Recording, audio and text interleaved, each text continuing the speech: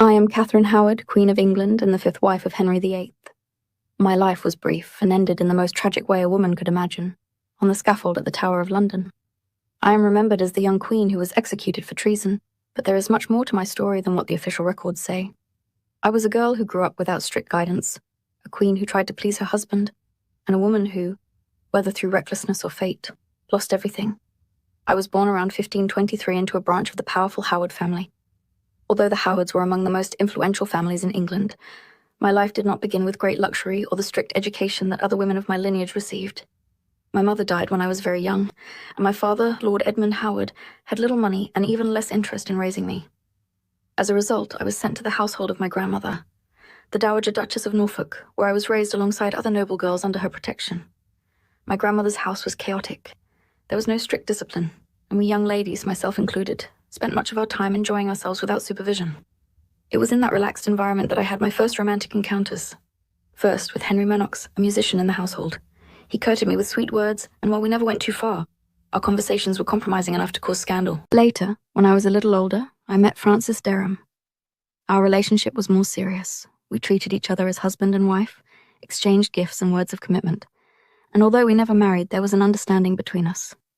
I never thought that these youthful episodes would come back to haunt me when I became queen. My fate changed when I was sent to court as a lady-in-waiting to Anne of Cleves, Henry VIII's fourth wife. There, the king took notice of me. I was attentive and kind to him, as was expected of a lady at court, but I never imagined that I would soon become his wife. Henry VIII was no longer the handsome and strong man he had once been. He was aging, his leg caused him constant pain, and his temper was unpredictable. But I was young and cheerful. My uncle, the Duke of Norfolk, saw in me an opportunity to further elevate the family's influence. Thus, when the king secured the annulment of his marriage to Anne of Cleves, I became his wife in July 1540. The court celebrated our marriage with feasts and banquets. They called me the Rose Without Thorns, a symbol of new hope for Henry, who wished for a male heir. He covered me in jewels, luxurious gowns, and favors. But despite the gifts, being the wife of a man of his age and temperament was not easy. His foul moods, impatience, and constant pain made life at his side difficult.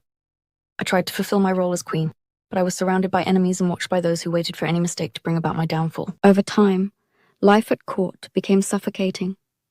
I had no political experience and little real support beyond my family. It was then that I grew close to Thomas Culpeper, a gentleman of the king's privy chamber. He was young and handsome, and although it has never been proven what kind of relationship we truly had, rumors condemned us. Jane Rochford, one of my ladies-in-waiting, helped us meet in secret. On one occasion, I even wrote to Culpeper, telling him that I was his and that he held my heart. It was a reckless act, for at court there were always watchful eyes and listening ears. When our meetings were discovered, everything collapsed. To make matters worse, my past relationship with Francis Derham also came to light. I was accused of having been impure before marrying the king and of being unfaithful during our marriage. I was arrested and taken first to Sion House, then to the Tower of London. I wept and begged for my life, but Henry showed no mercy. His wrath knew no bounds when he felt betrayed, and if he had executed Anne Boleyn, his great love, he would not hesitate to do the same to me. The night before my execution, I asked for the axe that would take my life. I rehearsed how I should place myself, how I should incline my head so that it would be swift. The next day, on the 13th of February 1542, I was led to the scaffold. I climbed the steps, fear overwhelming me. I made no public confession of guilt. I only prayed that God would have mercy on my soul and bless the king. Lady Jane Rochford was executed after me. Some say that before dying, I asked for her to be forgiven, saying, I wish her to be pardoned, for I die in her place, as I believed her fate was tied to mine. We shall never know the truth. I died at 19, barely more than a girl. Some say I was reckless, others that I was a victim of cruel fate. Perhaps both are true. I lacked the cunning of other queens and was not prepared to navigate the politics of court.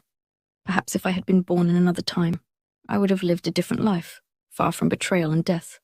Today, my story is remembered as that of the young queen who lost her head for love, but my life was more than just a scandal.